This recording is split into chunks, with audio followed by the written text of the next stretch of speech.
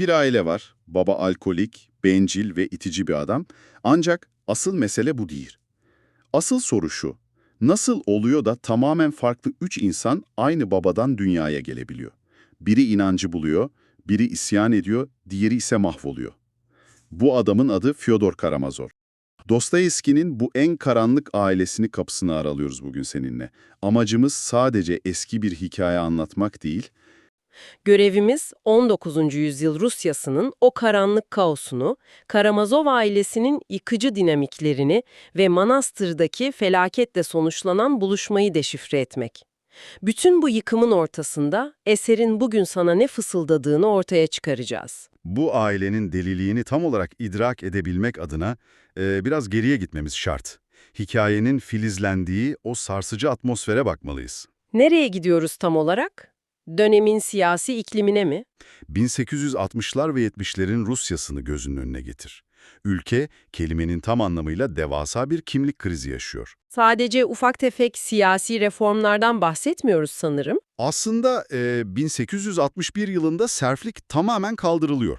Düşünsene, yüzyıllardır toprağa ve toprak sahiplerine yasal olarak bağlı yaşayan, adeta kölelik düzeninde var olan milyonlarca köylü kağıt üzerinde özgürlüğüne kavuşuyor. Ama bu özgürlük beraberinde kocaman ve karanlık bir boşluk getiriyor olmalı. Tam isabet. Topraksız, parasız ve kuşaklar boyu sadece itaat etmeye programlanmış bir toplum var ortada. Bu kitlelerin hayatta kalabileceği, nasıl desem, tutunabileceği yeni bir düzen bulunmuyor. Üstelik sadece ekonomik bir kriz değil bu. İşin içine zihinsel karmaşa da giriyor. Batı Avrupa'dan sosyalizm, nihilizm ve pozitivizm akımları ülkeye hücum ediyor o yıllarda. Bak, nihilizm dediğimizde lise çağındaki bir ergenlik bunalımından bahsetmiyoruz. Güçtür. İnancının bir anda hiçbir yasa gerçek değil, dilediğini yapabilirsin fikriyle yer değiştirmesi bu. Toplumun temeli sarsılıyor.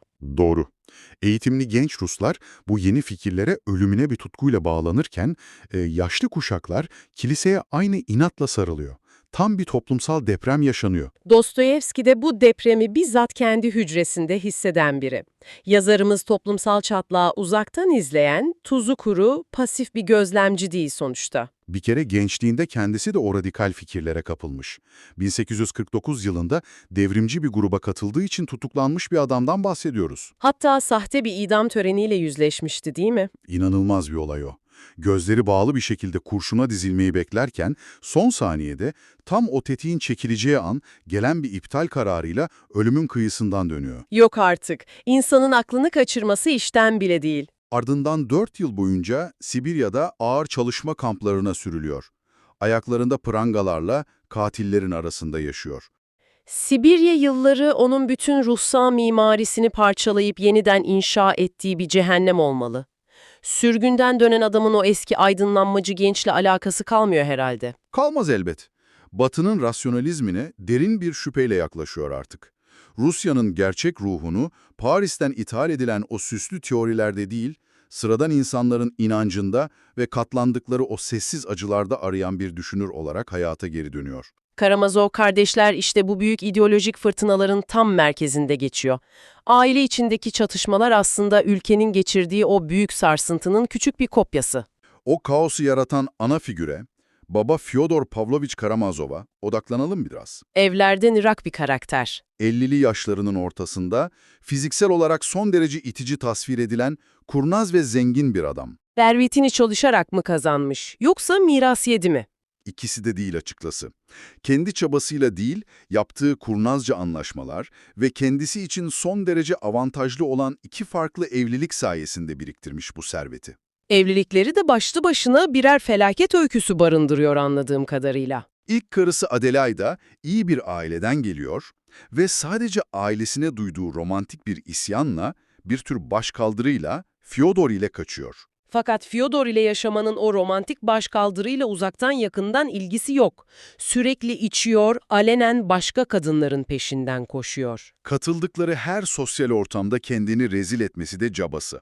Fiziksel şiddetten ziyade insanı içten içe kemiren, ruhunu ezen sürekli bir aşağılama haliyle kadını tüketiyor adam. Adelaida en sonunda dayanamayıp genç oğulları Dmitri'yi de arkasında bırakarak aşık olduğu bir ilahiyat öğrencisiyle Moskova'ya kaçıyor ve orada Maalesef yoksulluk içinde ölüyor. Fyodor bu ölüm haberini aldığında nasıl bir tepki veriyor? Etraftakilerin anlattığına göre önce olağanüstü bir kayıtsızlık sergiliyor. Ardından birdenbire kimseye inandıramayan son derece tiyatral bir yas tutma performansına girişiyor. Tam bir gösteriş adamı. İkinci eşi, Sofya ise kimsesiz, ürkek ve Fyodor gibi bir adama karşı tamamen savunmasız genç bir kızdı. Değil mi? O kadın da bu eziyetler altında kısa sürede eriyip gidiyor, arkasında Ivan ve Alyosha'yı bırakarak gencecik yaşta hayata veda ediyor. Üstelik Fyodor çocukların hiçbirini kendi büyütmüyor. Onları sadece gürültülü ve masraflı birer yük olarak görüyor. İşin aslı, bu adamı sadece klasik bir kötü karakter, bir masal kötüsü olarak konumlandırmak büyük bir hata olur. Bence onu bugünün dünyasına uyarladığımızda tam bir modern internet trollüyle karşılaşıyoruz. İnternet trolü mü? Nasıl? Eylemleri açısından mı? Katılıyorum. Adam durmaksızın saplantılı bir şekilde komik olmaya çalışıyor. Cenazelerde bile bilerek soytarılık yapıyor. Doğru, ciddiyeti tamamen reddediyor. İnsanların yüzüne kimsenin söylemeyeceği, cesaret edemeyeceği iğrençlikleri haykırıp odadaki o buz gibi rahatsızlık anından zevk alıyor. Karşısındaki insanı sürekli dengesiz yakalayarak odayı kontrol altında tutmayı amaçlayan kurgulanmış bir strateji bu. Modern internet trolü benzetmesi taşı gediğine koyuyor. Gerçek hayatta durmadan kışkırtıcı davranıyor. Tıpkı bir troll gibi bu tavrı aslında devasa bir güvensizliği ve korkuyu gizlemek için kullandığı bir kalkan. Neden korkuyor bu kadar? Ölümden, yargılanmaktan ve en çok da sessizlikten. İçindeki o büyük boşlukla yüzleşmekten o kadar dehşete düşüyor ki her anı gürültüyle, yemekle, içkiyle ve bitmek bilmeyen kadın arzusuyla dolduruyor. Durduğu an bütün hayatı boyunca kaçtığı o karanlık gerçekle baş başa kalacağını biliyor demek ki. Kesin, şüphesiz öyle. Özellikle de hikayenin başladığı dönemde Grushenka adındaki genç bir kadına duyduğu saplantı hayatının merkezine oturuyor. Kendi oğlu Dmitri ile aynı kadının peşinde olması işleri çığırından çıkarıyor. Aralarındaki nefreti geri dönülemez, ölümcül bir noktaya taşıyor bu rekabet. Dostoyevski bu işlevsiz aileyi bir deney laboratuvarı gibi kullanıyor. O devasa felsefeleri test etmek için deneklere ihtiyacı var ve işte burada üç kardeş devreye giriyor. Her biri babanın yarattığı o travmaya karşı geliştirilmiş farklı bir başa çıkma mekanizması adeta. Beden, zihin ve ruh. Bedenin temsilcisi en büyük oğul Dmitri ile başlayalım. 20'li yaşlarının sonunda eski bir asker, uzun boylu, güçlü, gürültülü gülen ve öfkesi de kendisi kadar büyük olan bir adam. Parayı hiçbir hesap yapmadan harcamış, askerlik yıllarında şehir şehir dolaşıp borç bataklığına saplanmış biri. Dimitri aslında bir duygu seli olarak tasvir ediliyor. Hayatında ona sınır çizmeyi, bir yetişkin olmayı öğretecek sağlam bir figür olmamış. Bu boşluğu da sadece yoğunlukla kapatmaya çalışıyor. Filtreleri yok. Bir amacı arzuladığında onu varlığının tüm gücüyle istiyor. İradesizliği ve sınır tanımaz tutkuları hem onun en büyük görkemi hem de mutlak çöküşünü hazırlayan etkenler. Babasıyla olan para kavgası artık meyhanelerde ulu orda bağırarak edilen kanlı tehditlere dönüşmüş halde. Bütün kasaba ikisi arasında kopacak o büyük cinayeti sadece zaman meselesi olarak bekliyor. Adeta bir tiyatro izler gibi. Nasıl desem, gerçekten kasaba halkı felaketin ayak seslerini duyuyor. Dur, burada araya girmem lazım. Dimitri'nin babası tarafından kenara atıldığı için duygusal olarak güdük kaldığını anlıyorum. Annesiz ve babasız büyümenin getirdiği o korkunç terk edilmişlik hissini görebiliyorum. Haklısın, travmatik bir geçmişi var. Ama adam neredeyse 30 yaşında. Kasabayı yakıp yıkma tehditleri savururken faturayı sürekli o korkunç babaya kesmeyi ne zaman bırakacağız? Suçu hep başkasında aramak kolaydır. Onun bu taşkınlıkları, etrafına verdiği bu zarar için meşru bir mazeret üretebilir miyiz? Sevgi görmemiş bir insanın dünyayı ateşe verme hakkı var mı? Dostoyevski'nin tam olarak hissetmeni istediği gerilim bu işte. Psikolojik olarak yıkıcılığının kökenlerini çok net anlıyoruz ama bu eylemleri ahlaki olarak asla aklanamaz. Suçlu her zaman suçludur diyorsun. Yazar bunu kanıtlamak için Dimitri'yi Ivan'ın hemen yanına yerleştiriyor. Aynı babayı paylaşan 23 yaşındaki Ivan'a baktığımızda bambaşka bir mekanizma işliyor. Ivan, Dimitri'nin sahip olmadığı her özelliğe sahip. Soğukkanlı, son derece kontrollü ve keskin bir zekası var. Zihnin temsilcisi, üniversite eğitimini gazetelere felsefi yazılar yazarak kendi başına tamamlamış. O babasızlığın yarattığı o kara deliği tutkuyla değil mantıkla ve saf düşünceyle doldurmuş. Ivan karakteri insanı gerçekten dehşete düşürüyor. Onu durmadan çalışan, kusursuz algoritmalar üreten ama en sonunda mantığı o kadar acımasız bir gerçeğe ulaşıyor ki bütün donanımını çökerten bir bilgisayar yazılımına benzetiyorum. Neden çöküyor bu sistem sence? Sistemi çökerten virüs, Ivan'ın inanç kavramıyla kurduğu o sarsıcı mantık zinciri. Ivan'ın dünya görüşünün temel direği, Tanrı'nın varlığını değil, Tanrı'nın yarattığı bu dünyayı reddetmesidir. Nasıl? Tanrı var ama yaptığı işi mi beğenmiyor? Ivan'ın algoritmasını adım adım izleyelim. Eğer Tanrı varsa bu dünyayı o yaratmıştır diyor. Ve bu dünya henüz hiçbir suça bulaşmamış masum çocukların korkunç acılar çektiği, eziyet gördüğü bir yerdir. Dünyadaki kötülük problemi. Ta kendisi. Seven ve adil bir Tanrı, evrenini bir çocuğun gözyaşları üzerine inşa etmez. Dolayısıyla Tanrı gerçek olsa bile, onun yarattığı bu adaletsiz evrene giriş biletini saygıyla iade etmeyi seçer Ivan. Mantığı kendi içinde kusursuz ilerliyor. Bir saat gibi tıkır tıkır işliyor. Ama bu reddedişin faturası çok ağır. Ağır olmaz mı? Bütün ahlaki zemin ayakların altından kayıyor. Eğer dünyayı yöneten ilahi bir ahlak yasası yoksa, o zaman ahlak sadece insanların uydurduğu geçici ve anlamsız bir kural bütünüdür. İmanın ulaştığı o karanlık ve dondurucu sonuç şu, tüm eylemler mübahtır. Vicdanı tamamen bir kenara bırakıyor desene. İnanılmaz olan kısım, Ivan'ın bu sonuca ulaşmaktan keyif almaması.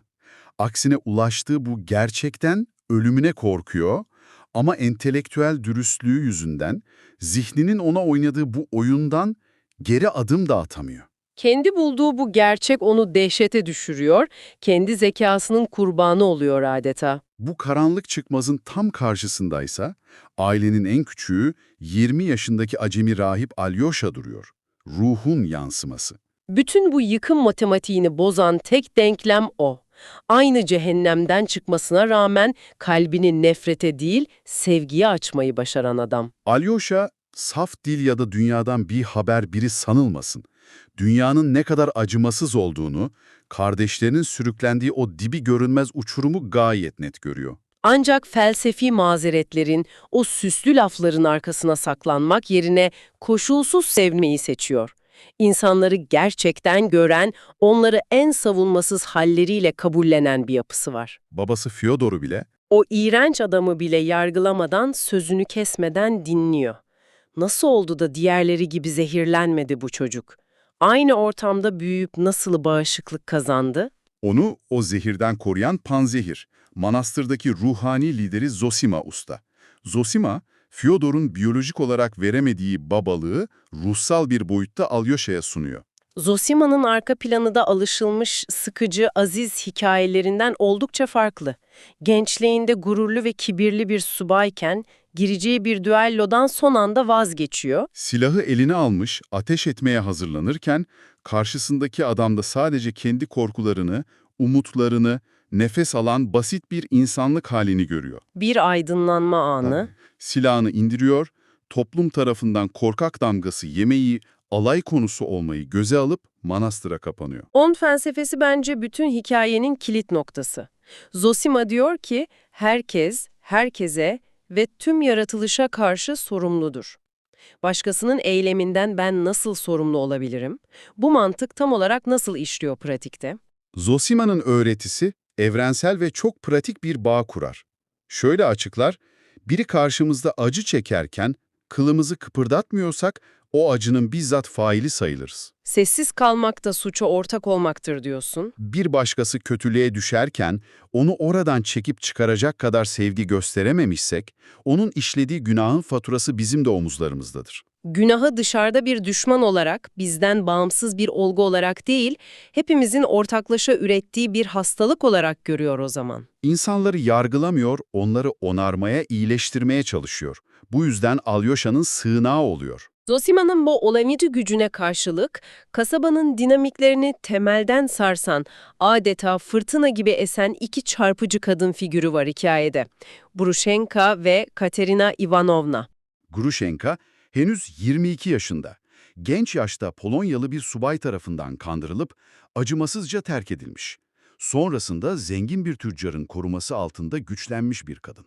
Saygın kadınların köşe bucak kaçtığı, erkeklerinse etrafında pervane olduğu, kuralları kendi koyan bağımsız bir karakter. Grushenka, kendi zayıflığını ve geçmişte aldığı o kapanmamış yaraları son derece acımasız bir maskenin ardına gizliyor. Katerina ise Dimitri'nin resmi nişanlısı. Soylu, gururlu ve geçmişinde devasa bir fedakarlık barındıran bir kadın. Katerina ile Dimitri'nin nişanlanma hikayesi başlı başına bir trajedi zaten. Katerina'nın babası zimmetine para geçirip bütün kasabaya rezil olma tehlikesiyle karşı karşıya kalınca Katerina gece yarısı tek başına onun evine giderek tüm onurunu, saygınlığını ortaya koyuyor. O dönem için müthiş bir risk bu.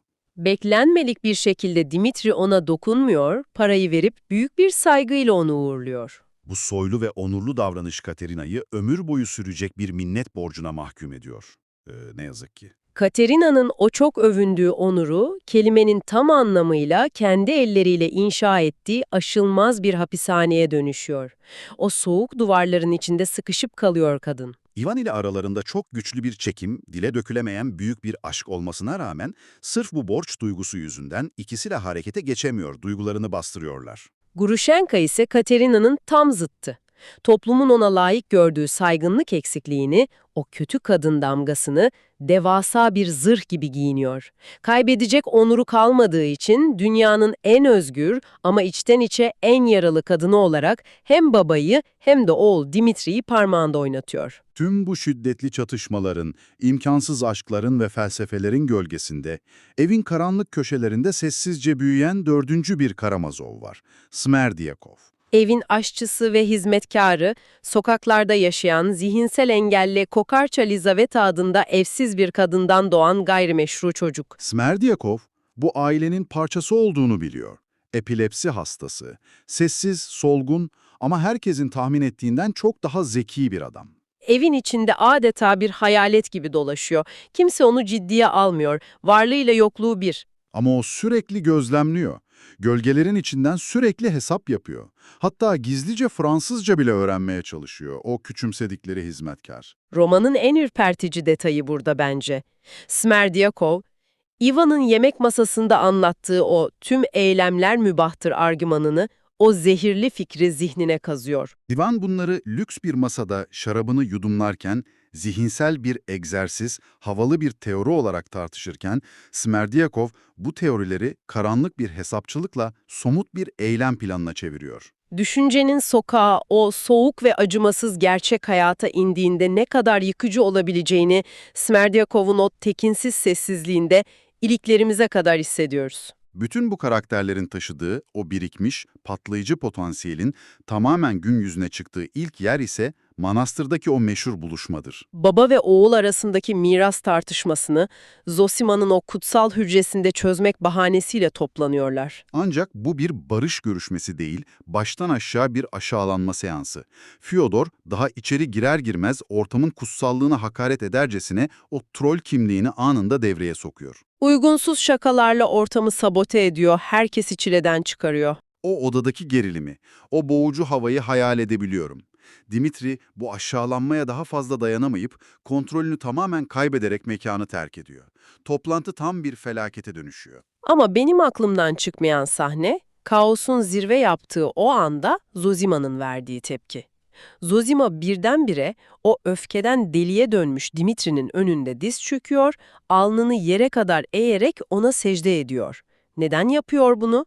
Karşısında saygısız, şiddete meyilli, kontrolden çıkmış bir adam varken, aziz kabul edilen Zozima ona tapınırcasına eğiliyor. Zozima orada Dimitri'nin o anki öfkeli, kaba haline değil, gelecekte çekeceği o akıl almaz acıya saygı duruşunda bulunuyor. Bir nevi kehanet gibi. O eylem, Dimitri'nin içindeki o devasa acıyı ve gelecekteki mutlak yıkımı görme hali. Bir insanın kendi felaketine doğru koşmasını çaresizce izleyen bir bilgenin duyduğu o derin sessiz merhamet. Toplantı dağılıyor, hiçbir sorun çözülmüyor, aksine nefret daha da bileniyor. Ancak Zosima'nın o secdesi, gelecekteki felaketlerin en büyük habercisi olarak o odanın ortasında asılı kalıyor. Bütün bu cehennem tasvirini masaya yatırdıktan sonra o 3 temel soruyu cevaplama vakti geldi bence. Dostoyevski bu kitabı neden yazdı? Neden böyle devasa bir yıkımı, bu kadar karanlık bir tabloyu kağıda dökmek istedi? 1878 yılında Dostoyevski artık ömrünün sonlarına yaklaştığını, zamanının daraldığını fark etmişti. Acele etmesi gerekiyordu. Söylemek istediği tüm düşünceleri tek bir kitaba sığdırmak istedi belki de. Bütün edebi yaşamı boyunca aklını kurcalayan devasa temalar vardı.